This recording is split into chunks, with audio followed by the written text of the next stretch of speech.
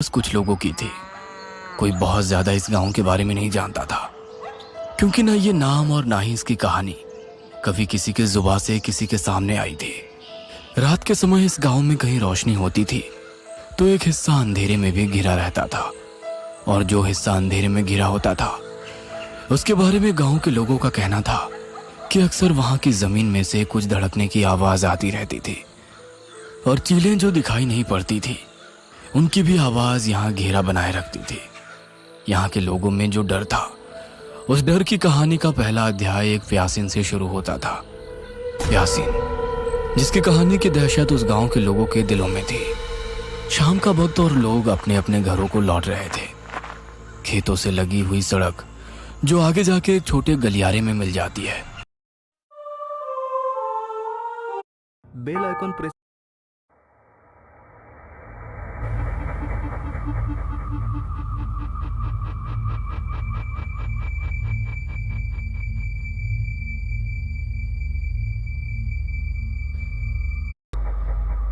सूरज और मैं बचपन से एक दूसरे के साथ थे।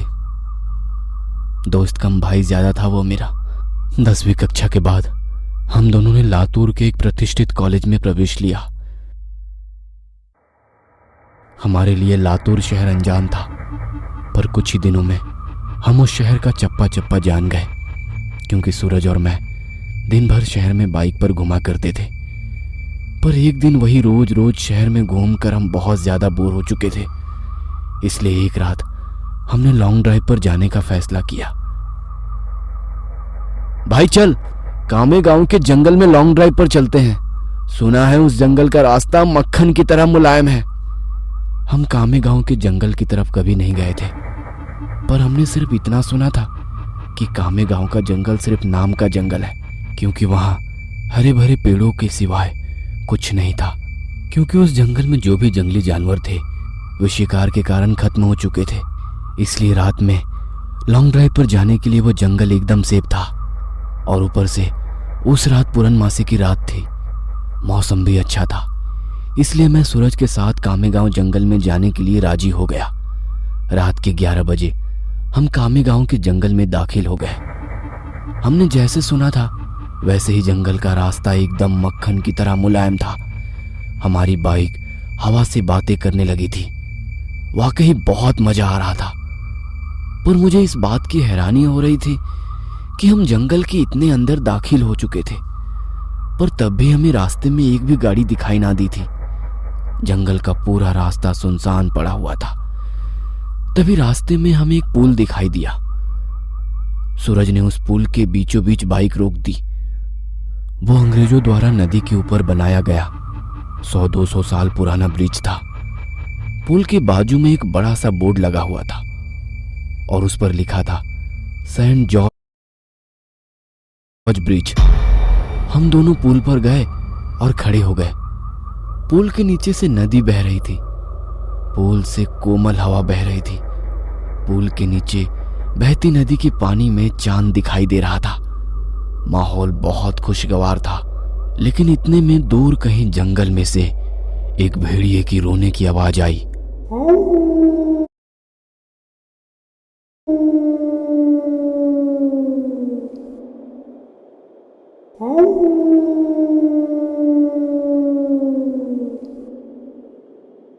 पुल के ऊपर से बहने वाली हवा अचानक से रुक गई। नदी का पानी अचानक से रुक गया। चांद एक काले बादल के पीछे गायब हो गया। तभी हमारे सर के ऊपर से एक टिटहरी भयंकर आवाज में चीखती हुई मंडराने लगी, मानो वो हमसे कह रही थी कि यहां से जल्दी से भाग जाओ। हमारे महाराष्ट्र में ऐसा माना जाता है कि टिटहरी का चीखना अशुभ घटना का संकेत होता है, और मैं ये अच्छी तरह से जानता था। सूरज, मुझे यहाँ पे कुछ अच्छा नहीं लग रहा है। टिटहरी का चीखना मतलब कि हमारे चारों तरफ खतरा मंडरा रहा है। हमें जल्दी यहाँ से निकल जाना चाहिए। होती है। अरे भाई, कुछ अशुभ नहीं होता, बस ये अंधविश्वास है। टिटहरी के चीखने की वजह उसका गुस्सैल स्वभाव होता है, और वही उसकी आवाज भी होती है। अब चुपचाप यहाँ खड़ा रह और खूबसूरत नजारा देख, सूरज ने मुझसे कहा। तभी मैंने सूरज के पीछे कुछ दूर पुल की रेलिंग के पास एक औरत को खड़े हुए देखा।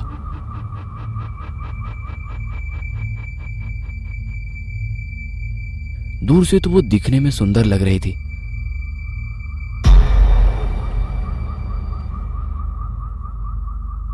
पर वो पुल के नीचे झांक रही थी। मैं उसकी तरफ देख ही रहा था कि इतने में वो औरत अपनी चप्पलें उतारकर पुल की रेलिंग पर चढ़ गई। सूरज, पीछे देख, वो औरत क्या कर रही है? मैंने सूरज से कहा। सूरज ने पीछे मुड़कर देखा। वो औरत अभी भी पुल की रेलिंग पर खड़े होकर नीचे देख रही थी। भाई, वो खुदकुशी करने की कोशिश कर रही है, सूरज ने मुझसे कहा। खुदकुशी, यह शब्द सुनकर मेरे हाथ पैर डर से कांपने लगे, क्योंकि जब मैं एक बच्चा था तब मेरे दादाजी ने खुद को फांसी लगाकर खुदकुशी कर ली थी, और वह मैं ही था जिसने उन्हें सबसे पहले फांसी पर लटकते हुए देखा था। ओ, नीचे उतरो, कहते हुए सूरज उस औरत को रोकने के लिए उसकी तरफ भागा, लेकिन मैं वहीं खड़ा रहा, क्योंकि मेरे आंखों के सामने फांसी पर लटकते हुए मेरे दादाजी आ रहे थे। उनकी बाहर निकली हुई आंखें और मुंह में से बाहर निकली हुई जीभ और फांसी पे हवा की वजह से झूलती हुई उनकी लाश, वह सब मेरे आंखों के सामने आ रहा था। ओ चाची, नीचे उतरो, सूरज और जोर से चिल्लाया। सूरज की आवाज सुनकर मैं अपने होश में आया। सूरज उस औरत के बहुत ही करीब जा पहुंचा था, पर तभी वो औरत नदी में कूद गई। तब तक मैं दौड़ते हुए सूरज के पास जा पहुंचा। वो औरत हमारे आंखों के सामने नदी में डूब रही थी और चीख रही थी, वाचवा मला कोड़ी तरी, वाचवा, वाचवा मला कोड़ी तरी। मतलब बचाओ, मुझे कोई बचाओ। पर हम सिर्फ उसे डूबते हुए देख रहे थे, क्योंकि हम दोनों बहुत ज्यादा डर गए थे। वाचवा, ये पुरानो मला वाचवा। वो औरत डूबते हुए हमारी तरफ देखकर चीखने लगी और मदद के लिए गुहार लगाई। उसकी दर्द भरी चीखें सुनकर मेरे तो रोंगटे खड़े हो गए थे, पर तभी सूरज ने उसका टी शर्ट उतारकर मेरे मुंह पर दे मारा और पुल की रेलिंग पर चढ़ गया। रुक जा सूरज, मैं तुम्हें नदी में कूदने नहीं दूंगा। मैंने उसका हाथ पकड़कर उसे रोका। मुझे छोड़, मैं उस औरत को ऐसे मरने के लिए नहीं छोड़ सकता, उसने मुझसे कहा, और मेरे हाथ से अपना हाथ छुड़ाकर वो भी नदी में कूद गया।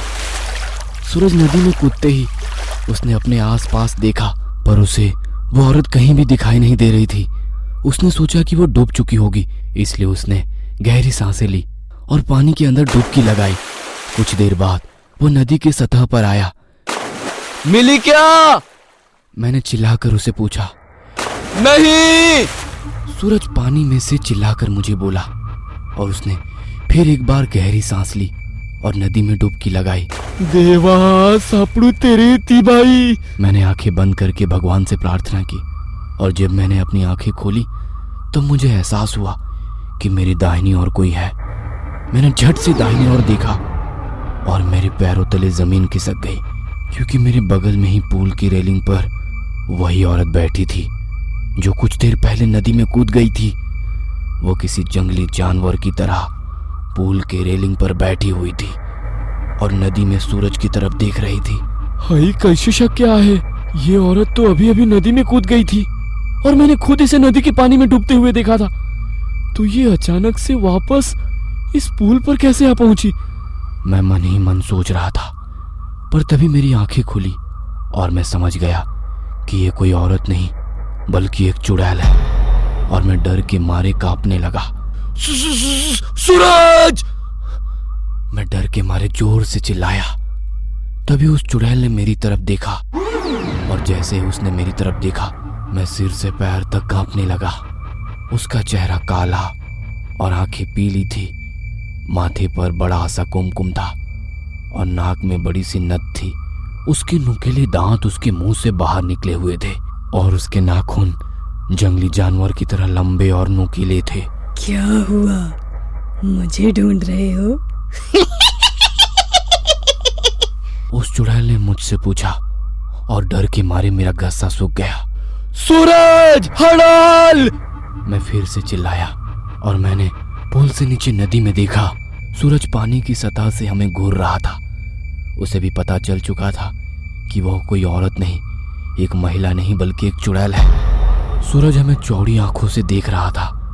मैंने सोचा कि यह चुड़ैल अब मुझे इसी पुल पर चीर फाड़ कर मार देगी और फिर मेरे कच्चे मांस को चबा चबा कर खा जाएगी, क्योंकि मैं अकेले ही उसकी पकड़ में आ गया था और डर के मारे मैंने अपने पेंट में पेशाब कर दी।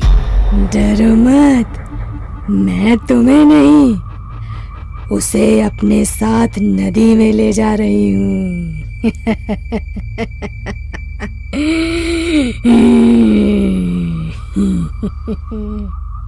उसने मुझे नदी में तैरते सूरज की ओर इशारा करते हुए कहा। जब मैंने ये सुना तो मेरा दिल डर से दहल उठा। वो पानी में सूरज को अपने साथ ले जा रही थी। सूरज, जल्दी से पानी से बाहर निकलो, नहीं तो ये चुड़ैल तुम्हें नदी के पानी में ले जाएगी, मैंने सूरज से चिल्लाते हुए कहा। यह सुनकर सूरज पानी में ठहर गया। उसके हाथ पांव सुन्न पड़ गए। उसे एहसास हो गया था कि वह नदी में से बाहर नहीं निकल पाएगा, क्योंकि वह नदी के बीचों बीच था। वो काफी डर गया था। भाई, मुझे बचाओ, सूरज ने मुझसे विनती की। ये सुनकर चुड़ैल मेरी तरफ देखकर मुस्कुराई और उसने पुल से सूरज पर छलांग लगा दी। धीरजिया, सूरज आखिरी बार चिल्लाया और वो चुड़ैल उसे पानी के अंदर ले गई। कुछ देर तक पानी में से बुलबुले निकलते रहे, पर कुछ देर बाद वो भी बंद हो गए। मैं आंखें फाड़ फाड़ कर नदी के पानी में देख रहा था और सूरज को पुकारता रहा, पर इतने में मुझे नदी के पानी में खून दिखाई दिया। मेरी आंखों में आंसू आ गए और मैं समझ गया कि उस चुड़ैल ने सूरज को मार दिया है। मैं वो सदमा बर्दाश्त ना कर सका। मेरी आंखों के सामने अचानक अंधेरा छा गया और मैं उसी जगह पर बेहोश हो गया। जब मुझे होश आया तब सुबह हो चुकी थी। मैं 4-5 लोगों से घिरा हुआ था। पुल पर काफी सारी लोगों की भीड़ जमी हुई थी। लोग पुल के नीचे झांक कर देख रहे थे। मैं उठकर पुल के पास गया और देखा कि नदी के किनारे पानी में सूरज की लाश तैर रही थी। उस चुड़ैल ने बड़ी ही बेदर्दी से उसके सीने से दिल निकाल लिया था। मेरा सबसे अच्छा दोस्त मुझे छोड़कर चला गया था। उस दिन मुझे कामे गांव के लोगों से पता चला कि वो उस नदी में 100-200 साल पहले से ही एक चुड़ैल का वास था। असल में हुआ ये था कि अंग्रेजों के जमाने में एक अंग्रेज अफसर ने सुंदरा नाम के एक औरत का बलात्कार किया था। ये बात आसपास के सब गांव में फैल गई थी। इसी कारण सुंदरा से गांव की कोई भी औरत बात नहीं करती थी, क्योंकि सब लोग कहते थे कि उसकी पवित्रता नष्ट हो चुकी है, अब वो अपवित्र हो गई है। गांव के लोग उसे हर दिन ताने मारते थे।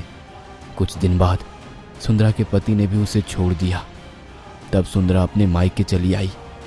कामे गांव ही उसका मायके था, पर वहां भी उसे बहुत सारी बेइज्जती झेलनी पड़ी। वो लोगों के हर रोज के ताने सुनकर तंग आ गई थी। इसी वजह से एक दिन पूर्णमासी की रात सुंदरा ने कामे गांव के सेंट जॉर्ज ब्रिज से नदी में कूदकर खुदकुशी की। मरने के बाद वो चुड़ैल बन गई।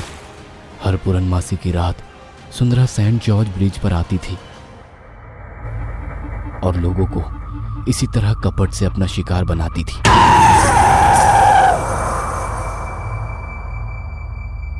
जब आसपास के गांव में ये खबर फैल गई कि कामे गांव के सेंट जॉर्ज ब्रिज पर चुड़ैल का वास है, तो लोगों ने रात को सेंट जॉर्ज ब्रिज की तरफ जाना छोड़ दिया। पर जिन लोगों को यह मालूम नहीं था वो सुंदरा का शिकार हो गए। कामे गांव के कुछ बुजुर्ग लोग ये भी कहते हैं कि 100 पुरुषों या लड़कों के दिल खाने के बाद वह चुड़ैल फिर से खूबसूरत जिंदा औरत बनने वाली थी। इसलिए वो सिर्फ पुरुषों और लड़कों को अपना शिकार बनाती थी और उनका दिल कच्चा चबा जाती थी। सूरज के मरने के बाद कामे गांव के सेंट जॉर्ज ब्रिज पर कभी भी वो चुड़ैल दिखाई नहीं दी। इसीलिए कामे गांव के लोग कहते हैं कि मेरा दोस्त सूरज उस चुड़ैल का 100वां और आखिरी शिकार था और उसके बाद वो जिंदा सुंदर स्त्री बन गई और अभी किसी आदमी के साथ वो एक सामान्य जीवन जी रही होगी। बस ऐसी ही कोई कहानी हो तो हमें कमेंट बॉक्स में भेजें। हम कोशिश करेंगे कि अगली एनिमेटेड स्टोरी आपकी होगी।